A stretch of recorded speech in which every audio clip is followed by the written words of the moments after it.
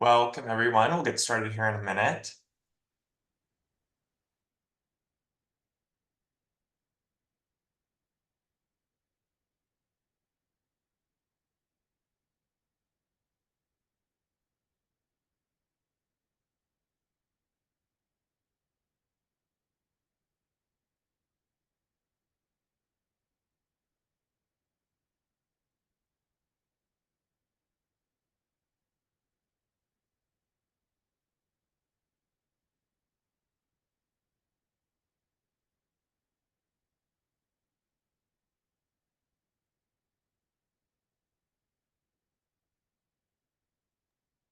Okay, so I think we will get ready now. Hello, everyone. We're so glad to have you here for today's program. My name is Zachary Burt, and I serve as the Community Outreach and Grants Manager for the DC Preservation League. I'm excited because I'm joined today by our presenter and my colleague, Shay Corey, who is our Programs Manager and has become quite the expert on legacy businesses. For those of you who may be new to DCPL, we are Washington, D.C.'s citywide nonprofit founded in 1971 that is dedicated to preserving, protecting, and enhancing the historic built environment of the nation's capital. I have a few things to go over before we get started. First, I'd like to take a moment to acknowledge some of DCPL's top sponsors whose annual financial support helps underwrite free programs like this one today. They are the DC Commission on the Arts and Humanities, QTAC Rock, Douglas Development Corporation, Antunovich Associates, Buyer Blender Bell, EHT Traceries, KCE Structural Engineers. Thank you all for your dedication to historic preservation here in DC. And then moving on, we have a few notes on how today's webinar will run. If you have a question, please use the Q&A box found at the bottom of your screen to ask any questions, and I will go through those towards the end of the program, probably in the last 15 or 10 minutes. The chat will not be available during the presentations, but will be open for the discussion period. And now that I've covered that, I guess I'm just gonna turn it right over to Shay. I feel like many of you already know Shay, and she'll probably also talk a little bit about the work she's been doing here at DCPL. So Shay, welcome. It's good to see you. Thank you, Zach, for the introduction. So as Zach said previously, and many of you, I'm sure, probably know who I am often at the DCPL events, but I am the programs manager, and I've been working on DCPL's Legacy Business Program since it launched in 2023. Zach and I worked together to be able to start this promotional and educational program, and we're really excited to share more information about it with you as we've really evolved from our first programs and work in 2023 to now, 2 years later, 2025, being able to share what we've learned and share this research with you in the work that we've been doing. So I will get started if this will let me go forward. Okay. So as Zach stated, the DC Preservation League's mission is to protect, preserve, and enhance the historic and built environment of Washington, D.C. We do that through advocacy and education.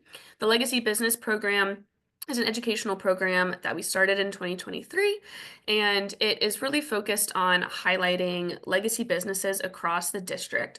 All of DC Preservation League's work is district-wide, and we try to cover every single ward in our work.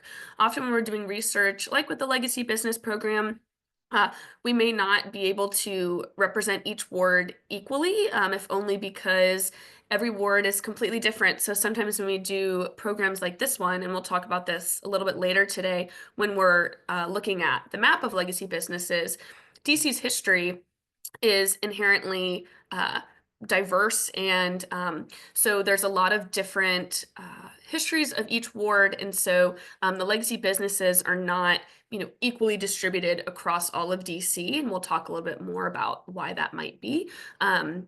But we do try to represent every ward and research every ward in our work. So even if it may not if it may not look like that, we do work very hard to represent each ward. So these are some photos of different DCPL staff and interns at different legacy business sites. We have been very involved with the business owners, and we'll try to represent them as best as we can in this presentation and through our legacy business program. A lot of times people ask, why is preservation involved in legacy businesses and just businesses in general? Because it can seem like there's a bit of a divide between traditional preservation work, which focuses on architectural heritage and aesthetics, and kind of the really intimate, low level interactions that we have with individual people. Um, and so it's really important that when we talk about legacy businesses, we're talking about people, and the people that make up these businesses and how important their work is and how important these community sites are to the district, and to preservation as well. Um, so in 2023, we started documenting legacy businesses. And I've been saying legacy business, but I haven't defined that word yet. I mean, I'm getting to it. But essentially, legacy businesses, as a general term, is used to describe long-standing businesses that contribute to a community's legacy, culture, and heritage. Um, and they often symbolize home, community, and connection for city residents. If you've heard the terminology third place, which is a sociological term used to describe a place that exists outside of the two, natural spheres of, human interaction, which is home and work. A third place is a place that exists outside of those two that symbolizes a place of connection where people can connect outside of their career and outside of their family life to be able to interact with other people that are different from them, and that can create, spaces of really important connection for people and create community. So this is our current legacy business criteria. And every single legacy business program across the United States has a different criteria. And we'll talk about a few of those in a minute and kind of how legacy business programs got started. But this is how the DC Preservation League has been defining legacy businesses. It's changed since 2023. When we first started, we had a more stringent definition of legacy business, and we've had to alter that to be a little bit more loose. For example, we had to change one of our early requirements was that they couldn't be a chain. But we quickly realized that a lot of restaurants and businesses in DC have chain locations across the district and oftentimes the DMV. A great example of that is Ben's Chili Bowl. That's a local franchise. So we've altered that definition to allow for local franchise businesses to be included in our legacy business work, without, unnecessarily excluding people for being successful at their business. So the way that we currently define a legacy business, they have to be operating within the boundaries of the District of Columbia, and they have to have started in DC. So unfortunately, if a business started in Virginia or Maryland, we don't currently count that as a DC legacy business. The business has to have been open and contributing to the community's history for 20 or more years. So they just have to be 20 or more years old. And again, they can't be nationally franchised or nationally owned by a corporation. So those are our requirements. They're pretty loose in comparison to some other legacy business programs across the United States. Each city develops the definition based off of what benefits the city the most, what makes the most sense for that city specifically. And with DC's history and kind of how it's evolved over the past 40 years, we've really 20 years makes sense for us, and that's how we are able to represent the most businesses that we can while still recognizing the accomplishment that is 20 years of business in Washington, D.C. So I've mentioned legacy businesses across kind of the nation and different national programs. So legacy businesses as a concept got its start in San Francisco. There was a kind of a beloved neighborhood bar called the Gold Dust Lounge, and it was being taken down, torn down. And so the preservation organization there, the local preservation organization, got involved in trying to preserve that building and preserve that bar. But unfortunately, they were unable to, and it has since been taken down and transformed into a corporate chain, which is a bummer and a big issue that we face with legacy businesses. There's a lot of reasons for that. But they started the program in San Francisco to be able to highlight legacy businesses and draw attention to the fact that a lot of family-owned businesses and longstanding businesses are at risk in the current world, and a lot of them are being taken down by corporate chains, and there's a lot of reasons for that. Rising rents in cities, gentrification, changing demographics in neighborhoods can all contribute to businesses that may have been in the same spot for 30 years having to shut down or move. And that's really a bummer because what we found with legacy businesses, and as a preservation organization that primarily focuses on place, we recognize how important it is that these businesses stay in place and retain that authentic connection that they have to the neighborhood that they're in, and that they can still serve the community and the population that they were created to serve. Um, so if you look at our report, which I will show you in just a second, we'll talk about some of the other legacy business programs.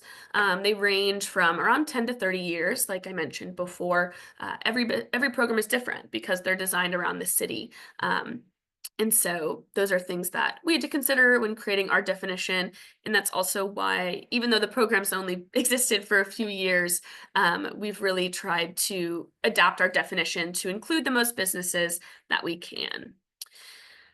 So a question that I have gotten before, and that I am sure I will continue to get, is why is preservation involved in something that seems very uh, publicly oriented and a little bit loosey goosey, right? Like there's a lot of businesses that are in flux and they change, even if they've been around for 20 years. Maybe they've been at 6 different locations, which is kind of flies against the grain of traditional preservation, which focuses on one singular place instead of, kind of a roving business.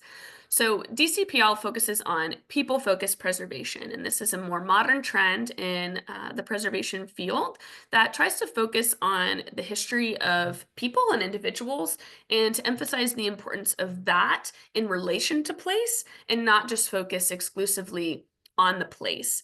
And I will say that um, two of our best examples of why we're involved in this are Annie's Paramount Steakhouse and Tabard Inn, both of which are on the DC Inventory of Historic Sites.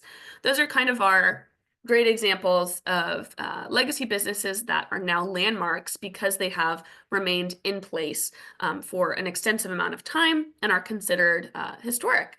And so that's really important for us to think about legacy businesses as potential future landmarks. And there's quite a lot of businesses that I think would qualify, and they have really fascinating history that connects to a lot of themes in American history, including immigration and LGBTQ history and all sorts of different ethnic groups that have come to DC and made a home and done that through the creation of businesses.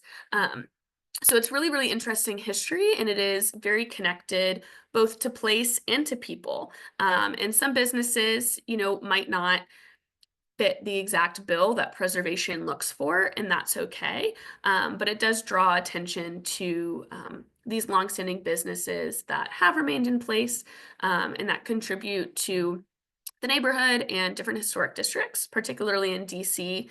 We are a city of historic districts and historic sites. You throw a rock on the street and you're going to hit something historic. So that's a part of it as well, is really using these businesses as a way to reach people, as a way to connect with business owners who might be stewards of historic properties. And to hopefully be able to really reach out to the community and be involved in kind of another part of the city that preservation usually isn't involved with. And kind of the final thing that we always throw out there as well is heritage tourism. That's a really big thing in DC, obviously, we're the national capital. And so being able to draw people's attention to businesses that have been around for a long time and aren't a Starbucks. We want to keep the character of our city and maintain all of the different possibilities for people to be able to experience DC as a unique place. Businesses keep cities unique, local businesses. So if we, give way to a bunch of Starbucks and McDonald's, then it might just be like everywhere else, which would be a sad day, I think, for all of us. Um, so this is a photo of our directory from our first report that we did in 2023. Um, and we had an inventory of around, I want to say 60 to 70 legacy businesses. We had just started doing research, and so we didn't have as many as we do today. This is our second report, which I'm going to show you in just a second. We have today, I believe, definitely over 120. We're probably edging into 130, 140. We crowdsource our submissions for this list. So if you have a legacy business in your neighborhood and you go peruse our inventory and you don't see it, please submit it to us. We'd be happy to include it if it meets the requirements. But keeping an inventory was really important to us, and this has been really important for our mapping project. So our mapping project is completely crowdsourced, and individual research as well. You know, Zach and I, when we walk around DC, if we see a business that has a big banner, open since 1952, of course we take note of that. But we do consider it to be crowdsourced, and we've received a lot of submissions that have been really helpful in expanding, this inventory and helping us map. So I am going to now stop sharing and share something else with you. We are getting to the map. Let me get there. Okay. Always difficult to switch over. Okay. All right. So every year we've tried to do something a little bit different. So in 2023, we had the initial report. 2024, we had our second report, which covers a lot more ground. And this year in 2025, we have completed our mapping project. And by completed, I mean we've started it in the sense that it will continue to be open. Again, crowdsourced project and something that is ongoing. So we will continue to be adding to this map for the foreseeable future. So this is our map, and it covers a few different things, including, what we've talked about, which is a legacy business, longstanding business, San Francisco, Gold Dust Lounge. Also, something new that we've been working on is talking about preservation's role in DC and how influential it's been, as preservation continues to come under attack in the city from a variety of sources. We're trying to really gather information about how influential preservation has been in DC and the impact that it's had. We're also hoping to begin work on a preservation impact study, which would be wonderful, and we're working on raising money for that as well. So if that interests you, you can find out more about it on our website. But we've been trying to really highlight all of the different ways that the DC Preservation League has been involved in advocating for preservation in DC. But all of that to say, what you're all here for, the map. Here it is in all of its glory.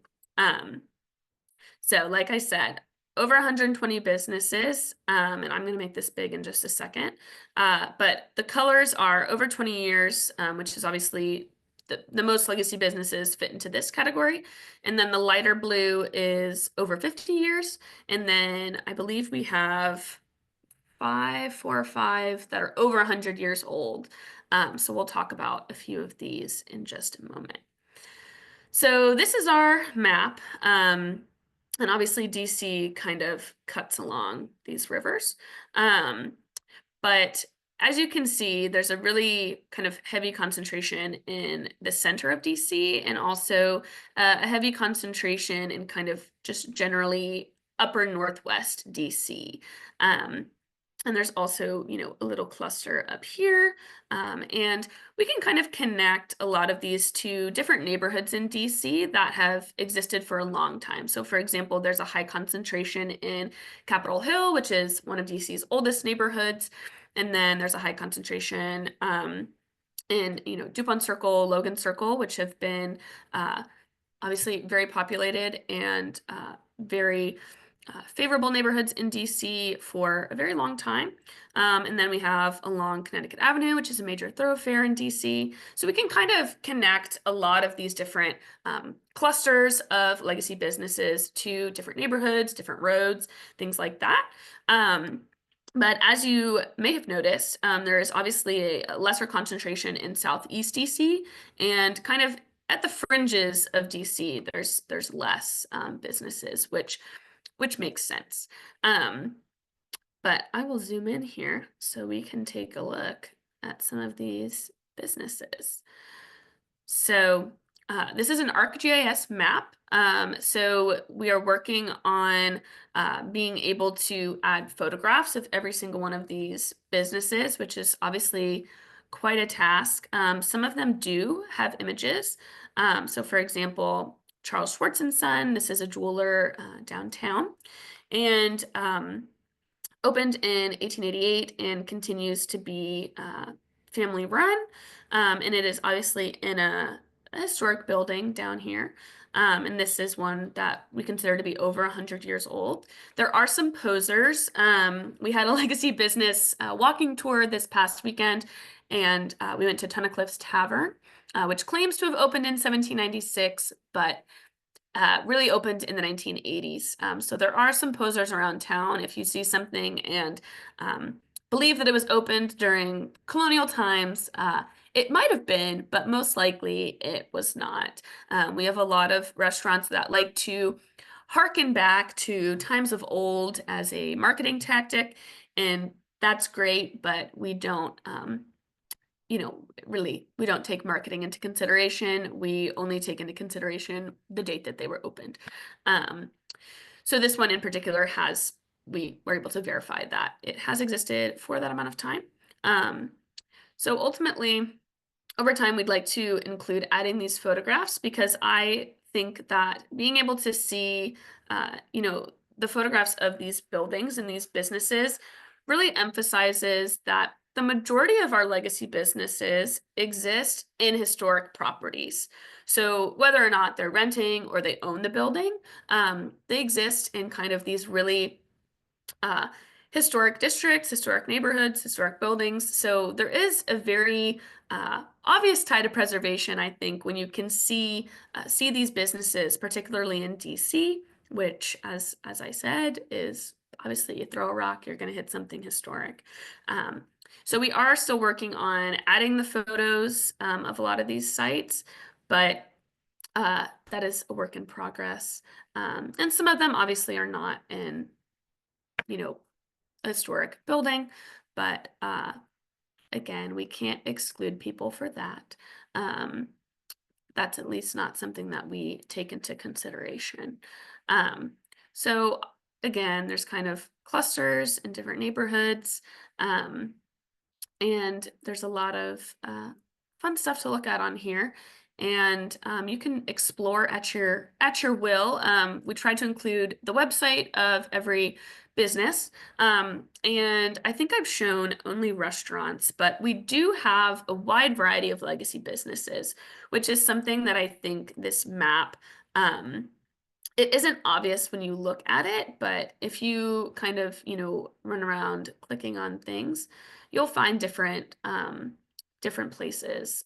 So Blue Nile Botanicals, for example, has been, long time, like kind of Eastern medicine, healthcare products, oils, things like that. We have a few funeral homes on here, which are really strong community indicators. The Jewish Funeral Home up in Tacoma and the quite a few Black funeral homes that have been really important to the community for a long time. So when we think of legacy businesses, often we think immediately of restaurants and bars, and those can often get the most attention. But some of the more interesting ones that we've come across have been frame stores and other places that you wouldn't think of as being very personal. For example, there's a frame store that uh, we looked into that they were talking about how they have these really strong relationships with their customers because they're framing these really significant times in their life. So they're framing people's weddings or their newborn baby or all these different, their graduation. So they have these really strong connections to people.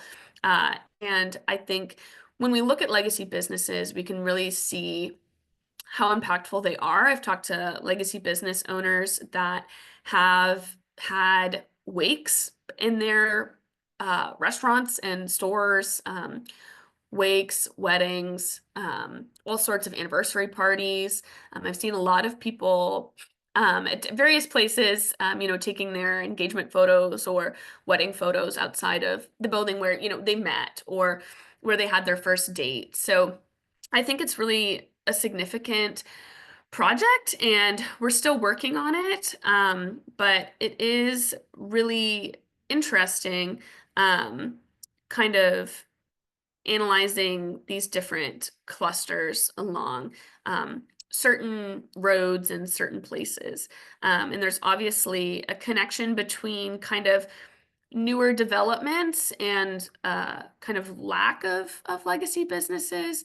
And we can also likely draw connections between urban renewal projects and different efforts by the government to kind of take control of certain areas or segregate certain areas. I believe that that's also had an impact on where the legacy businesses are located. Now, I guess we can we can talk about gentrification. Um, Let me take a sip of my coffee because gentrification is one of the main things that is affecting our legacy business population in DC, and it's really critical to talk about it. So I'm going to uh, leave this map and go down a little bit to our future section, um, where I can talk about some different things that we can do. Um, so gentrification. Let's talk about it very briefly. Gentrification, we often think of it when we think of people moving into a neighborhood that they may not have ever been to before. So example, a common example that people give is often, a white couple moving into a predominantly Black neighborhood and displacing people or, improving the property, changing things about the neighborhood, changing demographics, things like that. But gentrification and academic studies of it is referred to primarily as an economic issue and an economic process. So there's a lot of different definitions of gentrification, lots of different explanations of the process. I think one of the ones that I read, there were like 9 stages of it. And it's difficult for us to talk about gentrification because it's an ongoing process. So while we can study it and look at it, we really can't make long-term predictions because we are kind of some of the first to really live through gentrification at this scale, and this involved in the economy. So gentrification is really an economic issue that is connected to development, real estate, and the city government. So cities want capital in their city, and we can see this, in examples of New York, which I think has definitely in the nation the highest percentage of millionaires and billionaires, maybe in the world. New York is a really interesting example of gentrification, and that's directly linked to the city and the city government reorienting the city to welcome people like that and appeal to really high income people. And so that's happening in DC to an extent. And so a lot of the development that we see is geared towards bringing capital into the city. And so that's why we see a lot of chains.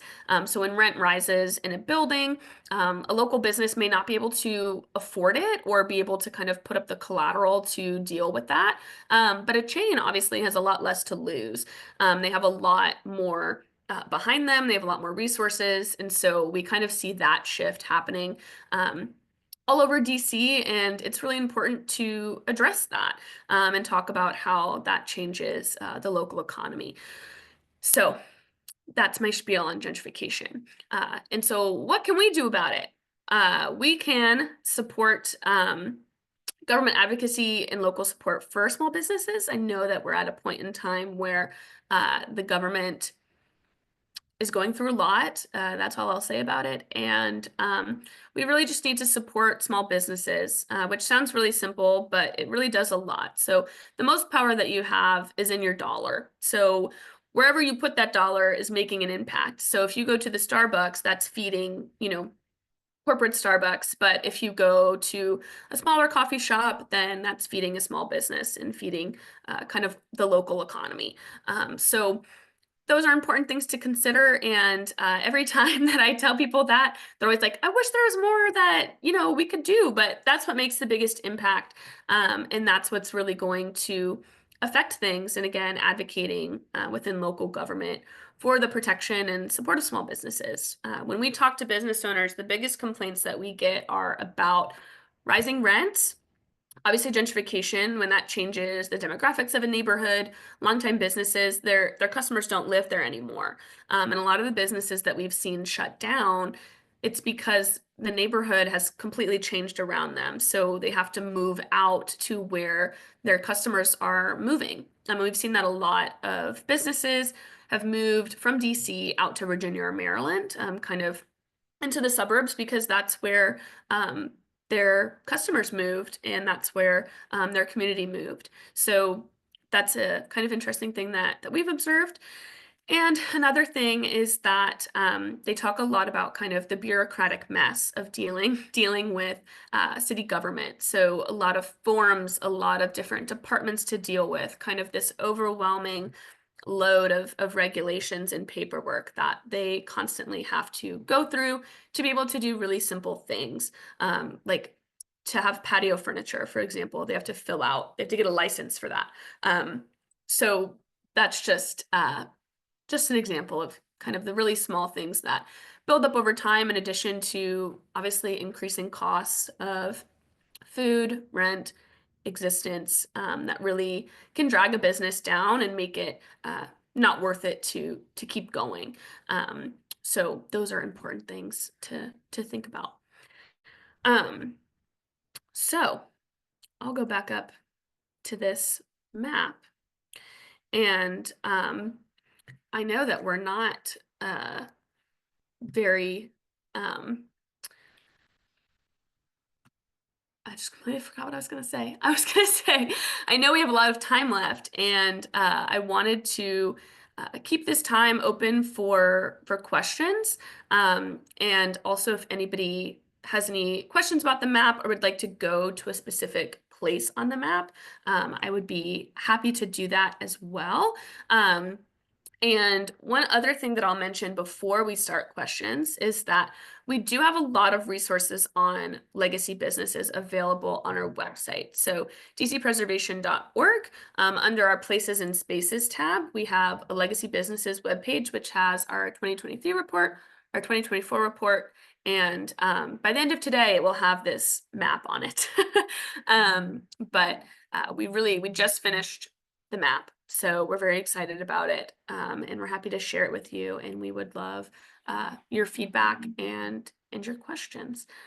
So I will let Zach help me with the questions because I Yeah, don't thank know. you, Shay. And the map looks great. And, we've been working on this now for, I can't even believe it, 3 years or so. Yeah. Yeah, I think this is our third Mhm. full year. And it's been nice to see and fun to see the evolution of the program from, just this random idea that we had come across, seen other cities do, and then, have the reports and the web page, and now we have this nice interactive map. And it's cool to see how you've built up the program over the years and that been able to collect so much information, which I really have loved to see. A question about DC versus other cities.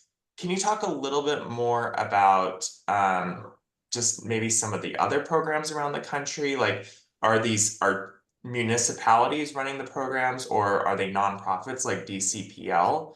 And then also just building on that, what do you think really sets DC apart from other cities? You mentioned San Francisco. I know Los Angeles has a very robust program, San Antonio. If you could just kind of speak more in this comparative context. Yeah, that's a great question. I have something to show you in relation to that. Oh, Um, perfect. it's just the report, I love the report. Um, okay. This is a great question, and I would love to talk about it. So, this is our report. This is the 2024 report. If you're going to read one of the reports, I would recommend this one because it's much more, um, it's just better. It's just better. It has a lot more stuff in it. But one of the things that is in this report is kind of a compilation of all of the different existing programs or the programs that existed in 2024. I think there's been a few more created since we published this. But obviously, San Francisco is here. This talks about their program. If you can hear the siren, it's just DC. We actually can't hear it. Oh, great. I can hear Yeah, it. It's so very you loud. can keep on talking. Um, So San Francisco, Cambridge, Massachusetts also has one. They're at 25 years. And every kind of the other thing that I didn't mention is the different requirements for submission. So on our page, like our submission page, you just will, put in the name of the business in the years and we'll kind of fact check it. But some other programs like this one in Cambridge, they have to submit like a written history of the business and its ownership, and they give out like certificates. And there's a lot of different uh, benefits to these other programs. So, for example, San Francisco, that program got picked up by the city government. And so they're able to offer financial assistance, like social media workshops, all sorts of different kind of technical and financial incentives for legacy businesses that are really awesome. And they're able to do that because it's connected to obviously the apparatus of the city government. Um, and other programs are completely different. So Cambridge, Massachusetts, they give out the certificates, but that's really all that they do. And they feature, businesses on like at award ceremonies and things like that. So a lot of legacy business programs like ours are educational and promotional because they don't have the funding.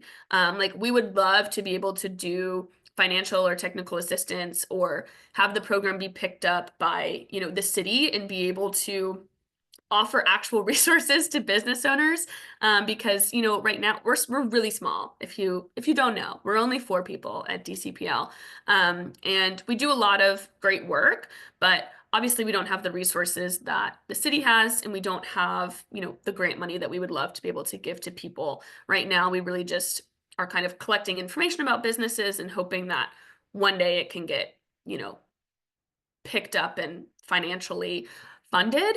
But yeah, there's also some other, really fascinating legacy business programs like this one in Missoula. They have to be 100 years or 50 years old, and I think they only have like 5 or 6 businesses that qualify for that. Um, but I mean, I guess that's what Montana wanted to do, so that's great for them. And so yeah, they're kind of all over the place. They're becoming more popular. I think Birmingham is a more recent one as well. Yeah, 2020, but they're all pretty recent. And preservation organizations are involved in every single one of these. And whether they were taken over by the city government or not, the preservationists were often the people that were pushing these programs and really advocating for the historic nature of these businesses and their preservation. So even though they're all kind of different, and you could, look at this more in the 2024 report. But to answer your second question, Zach, about why DC is different, DC is a historic place and it has gone through a lot, I think, in the past 40 to 50 years in terms of development. And it's also had a lot of demographic change probably in the past 20 years, which is kind of a unique case. So gentrification in DC, a lot of the studies I've read don't really want to deal with gentrification in DC because uh, it's very it's just very complicated in terms of wealth distribution and race in the city. And so it's actually very difficult to find uh, like extensive studies on gentrification in DC. But I think that DC is different from other cities because it has really distinctive neighborhoods that have maintained, kind of distinct identities over this period of change. And so the places where we see the most legacy businesses are certain neighborhoods that have maintained kind of a distinct identity. Like Adams Morgan has really been able to withstand a lot of gentrification because they have such a strong community activism like coalition in that neighborhood. And so they have a lot of diverse legacy businesses of, people of all ethnicities and genders and all sorts of things because they've been able to really stay in place and keep that community there. Um, and obviously they're still at risk, but they've been able to maintain that. DuPont Circle, Logan Circle have obviously had very long and storied histories that have been able to kind of maintain that over time. So I think what makes DC unique, in my opinion, is that it's the neighborhood identities and kind of the strength of these different neighborhoods that are able to retain businesses. And the businesses that we've lost have been in neighborhoods that did have really strong identities that unfortunately were compromised or taken over by development and gentrification. And I think you can really see that really obviously in kind of histories of the city and kind of the dissolution of certain types of businesses, but obviously it's very complicated and I am not an expert. There's a really great story map about mapping gentrification in DC by Dr. Tanya Golash Boza. And that's a great resource. But I'm not an expert. Those are really just my thoughts. Thanks, Shay. And I think also just, the elephant in the room, DC will always be extremely unique to any other city in the country because we are the nation's capital, right? That Yes. goes without saying, and we're the center of the federal bureaucracy. Also, I just want to give a shout out that the legacy business programming doesn't just stop at the district boundaries. If any of you are in just the wider DMV area, specifically Northern Virginia, Arlington has done a lot with legacy businesses along Wilson Boulevard. You can search that on Google, it will come right up. Also on that link I shared, we have a webinar with Dr. Elizabeth Morton, who did a lot of consulting with that group over in Arlington. So if that is of interest to you, please definitely check that out. So Shay, we have some more questions if you want to Let's do get it. through these. And some are suggestions too, and I think this is a really good one. Someone said they think it would be helpful and you included the business address in addition to the photos and the short blurb that you have on the map, which I think is great, especially as you're putting the finishing touches on the map. And then someone wondered, is there an accompanying database or searchable list on the website? So what we have currently is this PDF, which you could, do Control F and search. I think we've had trouble maintaining this directory to be transparent because every year we kind of have to take a look at it and remove certain businesses and add, more businesses. So this is the most current one that we have at the moment. And then the map is searchable, so you could search on the Yeah. map. So I think that's kind of going to be our new inventory. It's a better one because you can kind of see where things are and you can directly search, whereas this is obviously just, a PDF, but you could look at this or the map you can search directly. So that should work too. Yeah, the list is, that's as everyone is learning, this has been an evolutionary product that I think has gotten better. And yeah, the list is a little clunky, I guess you could It say is. would be a good word for it. And Yeah. I think the map is going to be a better tool for people to use.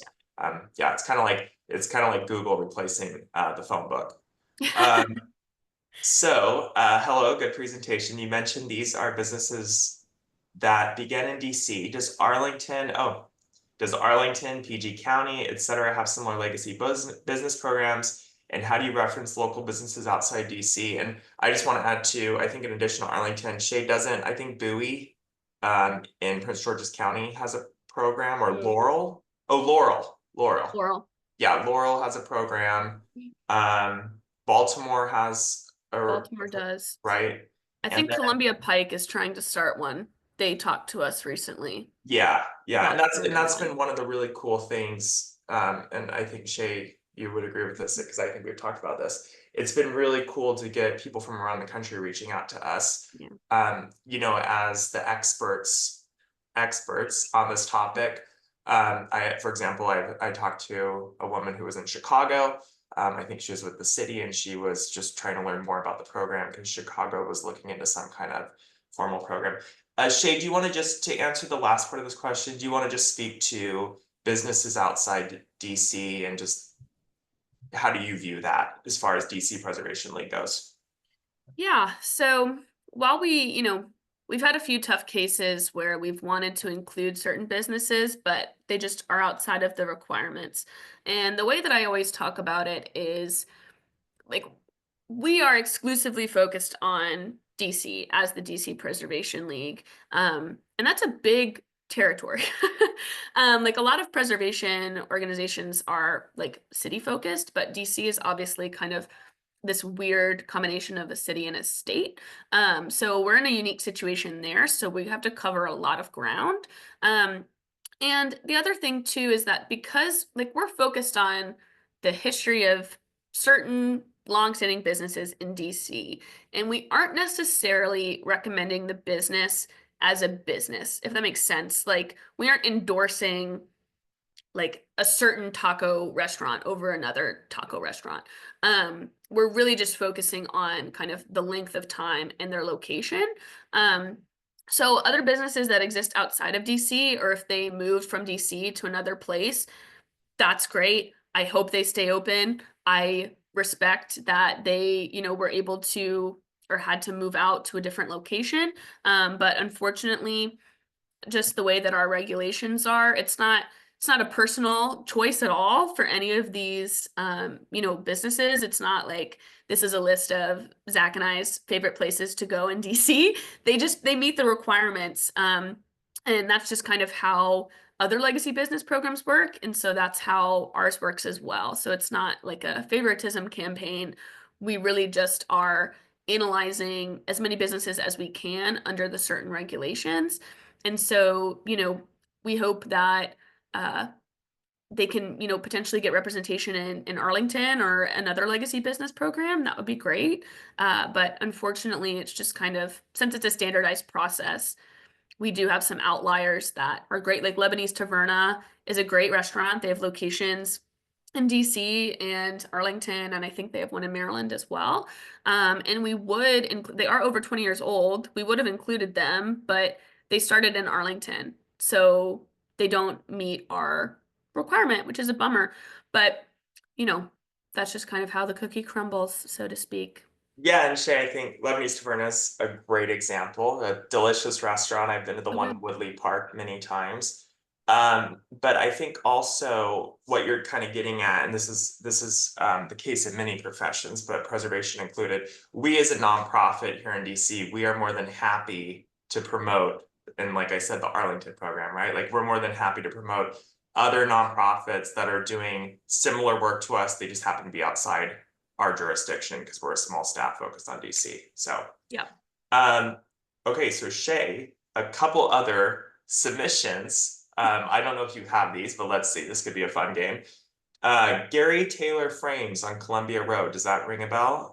Being on the list? Maybe you might have to make Nope. a note of that one. Okay, so yeah, Gary Taylor Frames. And then another one, which I know I have passed just north of DuPont Circle, is I'm not sure if it's Copenhagen or Copenhagen Stationery on Connecticut Avenue. I think you have that one, right? Yep. Yep. Okay, perfect. Yeah, thank you for adding those. And I put the link in the chat earlier, and that goes to the webpage that includes the report, but also there's the nomination form. Okay, so one more question, unless someone else gets a question in the next little bit. But what is the oldest verifiable business on your map? I know it's not that tavern you mentioned that you said it was colonial, but it was actually from maybe the Reagan era. Yeah, the Um, Twin Eclipse but Tavern. what is one that comes to mind maybe as a very old business on the map? Let me see. I think Copenhagen's is very old, but I don't know if it's over. Let's see. I'm zooming in. Yeah, Yeah, maybe you can go Copenhagen's. through the, oh, Oh, oh, I'm just looking. Yeah, Copenhagen's I think is it was established in 1896. Um, and that one's been in place definitely over like 50 or 60 years. So I think that one's Um, really fascinating. And it's on Connecticut Avenue, which I think was mentioned as well. That one's over 100. Tabard Inn is obviously over 100 years old. It was opened in 1922. That one's a landmark. Yeah. Yeah, If we've done an Peter, event there. That's a great space. It's a yep, National Register. yep. Besson's Cleansing Ink is a really interesting one. And I actually see they have a location on, they have a few locations, but the one that I'm looking at right now is like on 14th. And they opened in like 1890 and they've done like dry cleaning and like washing Oh yeah, for I have seen that. a really long time. They have a lot of like vans too. What's another one? The Jeweler that I mentioned, which was opened in 1888, that's downtown. Um, and that one changed hands, I believe, at some point, but it's been family run for like 70 years or something.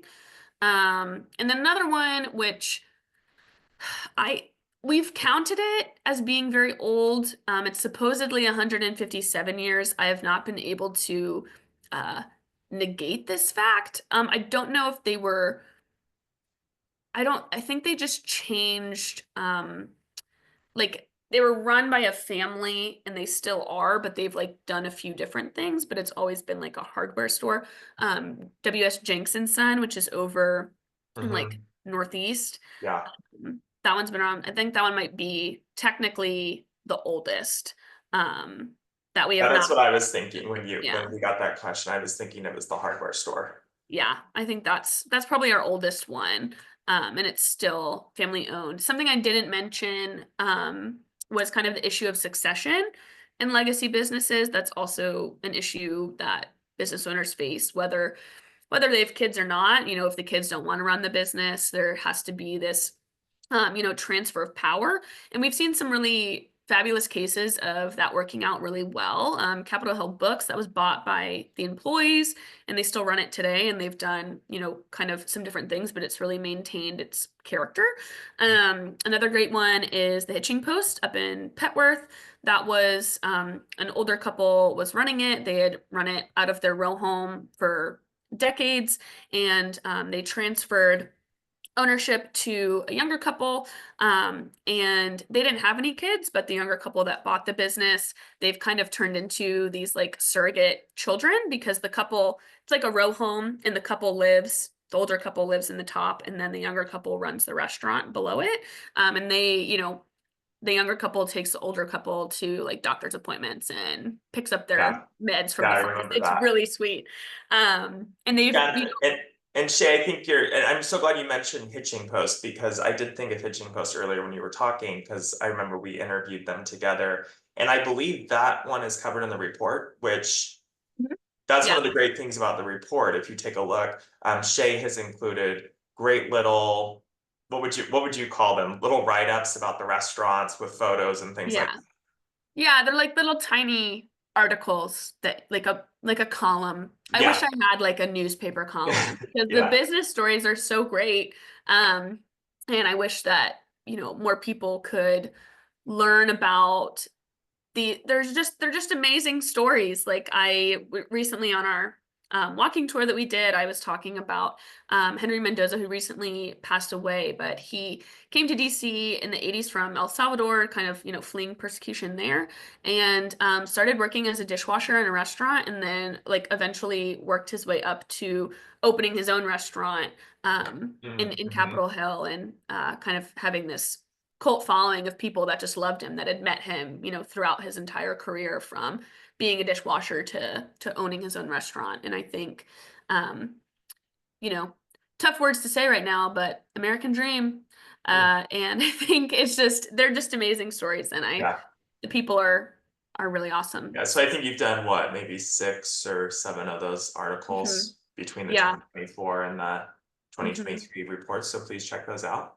Okay, so just wrapping things up, and by the way, someone thinks you should start a podcast, which, Oh gosh. I think that actually, and I think that's a great suggestion, and I think it's dangerous to say that to Shay, because I think she might take you up on that. But Shay, do you want to just speak a little bit about one of the other cool things that came out of this is Potter's House and then the grant that you ended up getting.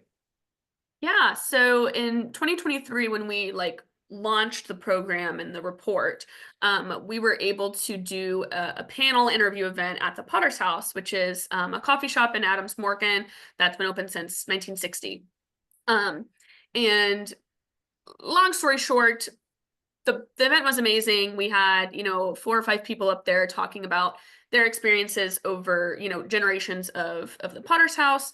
And so I applied for a grant from Humanities DC and was able to do an oral history interview project about that business, which turned into a much larger project about the Church of the Savior who opened that coffee house in 1960. And they were kind of this powerhouse of producing nonprofits in the city.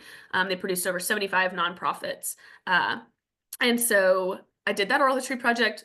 I do have a podcast about that. It's called Holy Local. It's on Spotify. Eventually, it will be on Apple Music. I've been saying that for a year, but the process is more confusing to me. But that was a really great project that came out of the Legacy Business Program. And of course, I think there are, probably hundreds of similar projects that could Mhm. exist across DC. And I would Yeah. encourage, other local historians, if you're looking for something cool to do, it's a great, the businesses have these really deep histories that are really amazing. And so, um, I'm not the only one that can do it. And I do, I think other people could do just as great of a job as me. But I do think it's it's so interesting. I would love to do a podcast. Now you've challenged me. Now. And and and speaking of Potter's House, we will be there this Saturday Hmm. for their 65th. Did I do Yes, the math right? That sounds right, I think that sounds 1960. right. Yeah, Yeah. 46. Yeah, So hope to 65th. see some of you there. Okay, so just because we're almost at 1 o'clock, let's just talk briefly about did you include theaters like Arena Stage? Or someone mentioned architectural firms, and I'll say one thing, and then I'm going to give Shay the last word to wrap things up. Early on, we talked about, for example, attorneys, law firms, dentist offices, things like that. We quickly decided not to include basically sole proprietors, as it just would become a little bit um, overwhelming, I think. And also, I think we wanted to keep it more focused on things like storefronts, restaurants. And that's also more, this kind of gets into the preservation piece. That's also more closely linked to preservation, right? Once you get to talking about a CPA who, anonymously works out of their home, that's kind of starting to get a little bit of a stretch. But Shay, I'll give you the last word on that. Yeah, I think it's a good question. The theater one is very complicated, and we've looked at different theaters, but the majority of them don't like it gets dicey with the corporate and national kind of who owns it or who runs it. So I think we do have one. I feel like there's at least one theater on there that's still locally owned, but I'm not 100%. But that's really the issue that we've run into with theaters is that they're kind of mysteriously owned or owned by larger Yeah. offshoots of corporations, Mhm. which is kind of a bummer. But the only in terms of the individuals, and Zach's right. Like if we're talking about, somebody working out of their home, that's just not really what the point of the program is. But I think the one exception to that is I believe we do have an optometrist on there that's been Oh, open for okay. 50 years. But I think we included that because it's not necessarily an individual. It's also like a glasses Oh, like an shop. optical shop. Yeah. Yeah. Yeah. So I think uh we included that because they were still selling an item. Like it was still Yeah. more of a business than we aren't celebrating Dr. Dan. We're celebrating the glasses shop. Yeah. So that's kind of an exception to that rule. And then yeah, what else was I gonna I think the yeah, I think kind of going along with that, and this isn't in the criteria because it's kind of hard to explain, but I think that sort of face-to-face interaction and you're walking down, let's take Potter's House, for example. You're walking down Columbia Road along the streetscape and you move into the coffee shop. There's something different about that, right? And recognizing that versus I'm gonna send my W-2s and W-4s to my CPA, right? So, Yeah. um, well, Shay, this has been excellent. It's always fun talking about legacy businesses with Yeah. you. Um, anything else? We got Potter's House coming up, and you just did your tour. And Yeah. um, anything else you want to add before we close out the hour? I think my final word would just be to patronize your local businesses. If you want to keep seeing them, you gotta go in there. Don't be Yeah, scared. They want to they want to serve you.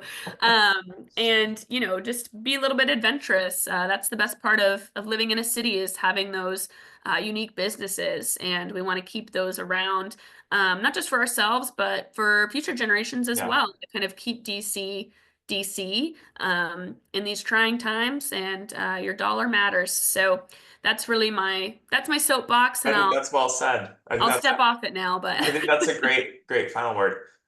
Thank you again, Shay. Thank you everyone who attended. This was streamed on Facebook, but it will be on YouTube soon. And Shay, you'll be sharing the map, I guess, and also it's yes, going to be on our webpage soon enough. yep. Okay. Thanks everyone. Have a good rest of your day. Thank you. Bye.